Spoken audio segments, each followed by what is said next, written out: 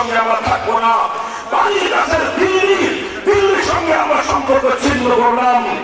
বিশাল ভারত রাষ্ট্র, যেই ভারত রাষ্ট্র আমাদের বাংলা জনপদের চারিদিক থেকে ঘেরাও করে আছে, আমরা এই ভারতের সঙ্গে থাকলে অনেক বড় রাষ্ট্র পেতাম, আমরা ভারতের সঙ্গে থাকলে অনেক বড় দেশ পেতাম, ভারতের সঙ্গে থাকলে পৃথিবীতে আমরা অনেক বড় রাষ্ট্রের নাগরিক হিসেবে সারা দুনিয়াতে আমরা চলাফেরা বিচরণ করতে পারতাম।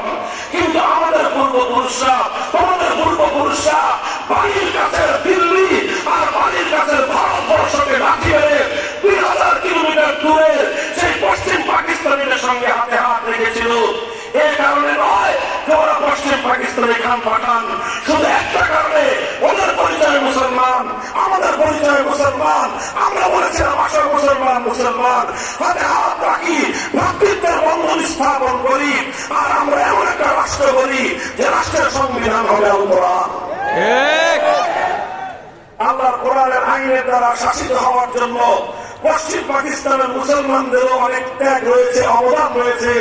তবে পশ্চিম পাকিস্তানিদের যেই পরিমাণ অবদান, সেই আল্লাহর নিজামে ইসলাম কায়েম করার জন্য, ইসলামী শাসন ব্যবস্থা কায়েম করার জন্য পশ্চিম পাকিস্তানিদের অবদানকে এক পাল্লায় রাখা হলে, আর বাংলাদেশের মুসলমানদের অবদান অপর পাল্লায় রাখা হলে, বাংলাদেশের মুসলমানদের অবদান তাদের চেয়ে 10 গুণ বেশি ভারী হয়ে যাবে।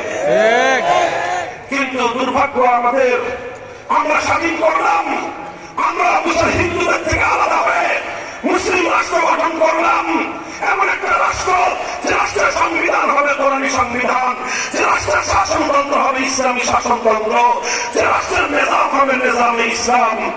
এরকম একটা স্বপ্ন নিয়ে এদেশের মানুষ হাজার মাইলের দূরত্বে পশ্চিম পাকিস্তানিদের সঙ্গে আমরা বন্ধন গড়ে তুললাম। কিন্তু দুর্ভাগ্য, পশ্চিম পাকিস্তানিরা আমাদের 1947 সালের 15ই আগস্টের স্বাধীনতা অর্জন হওয়ার পর থেকেই ওরা আমাদের সঙ্গে বিমাতাসুলভ আচরণ শুরু করলো, বিশ্বাসঘাতকতা শুরু করলো, গাদ্দারি করা শুরু করলো। আমাদের আলেম সমাজ বারবার তাদেরকে বললো, অঙ্গীকার পুরা করো, জাতিসংঘে যে ওয়াদা করে পাকিস্তান গঠন করেছিলে, মুসলমানদের জন্য একটা ভূমি হবে, ভূখণ্ড হবে, একটা দেশ হবে, যেই দেশের শাসনতন্ত্র হবে ইসলামী শাসনতন্ত্র, যেই দেশের আইন হবে আল্লাহর কোরআনের আইন, সেই অঙ্গীকার তোমরা পূরণ করো। পশ্চিম পাকিস্তানি রাষ্ট্রনায়করা বলতো হুজুরদেরকে যে হুজুর আর কয়েকটা দিন সবুর করেন। কেন সবুর করবো? তারা বলতো যে রাষ্ট্রটা এখনো শিশু রাষ্ট্র, তো এখনো শিশু রাষ্ট্র হওয়ার কারণে এখন যদি আমরা এই রাষ্ট্রের মুসলমানি করাই তাহলে এই রাষ্ট্রটা টিকবে না। বুঝলেন এই কথা?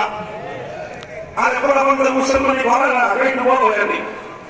ওই পশ্চিম পাকিস্তানি শাসকরা আমাদের আলেম ওলামারা যখনই দাবি তুলবে যে রাষ্ট্রের মুসলমান মানাও না কেন, হুজুর এই রাষ্ট্রটা শিশু, তো আরেকটু বড় হোক, এরপরে এই রাষ্ট্রকে মুসলমান বানাবো, রাষ্ট্রের মুসলমানি করায় কোরআনিক শাসন আমরা কায়েম করবো।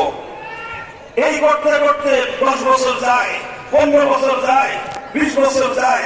হুজুররা যখনই বলে তখনই তারা বলে যে হুজুর এটা এখনো শিশু রাষ্ট্র, এখনই যদি আমরা এখানে ইসলাম কায়েম করি আমেরিকার সাহায্য পাওয়া যাবে না, ইউরোপ আমাদের থেকে মুখ ফিরিয়ে নেবে, আমরা তখন পৃথিবীতে মাথা উঁচু করে দাঁড়াতে পারবো না।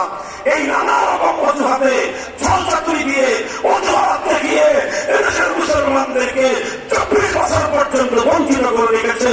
এদেশের মুসলমানদের সঙ্গে 24 বছর পর্যন্ত গাদ্দারি আর বিশ্বাসঘাতকতা করেছে। আমার আপনাদের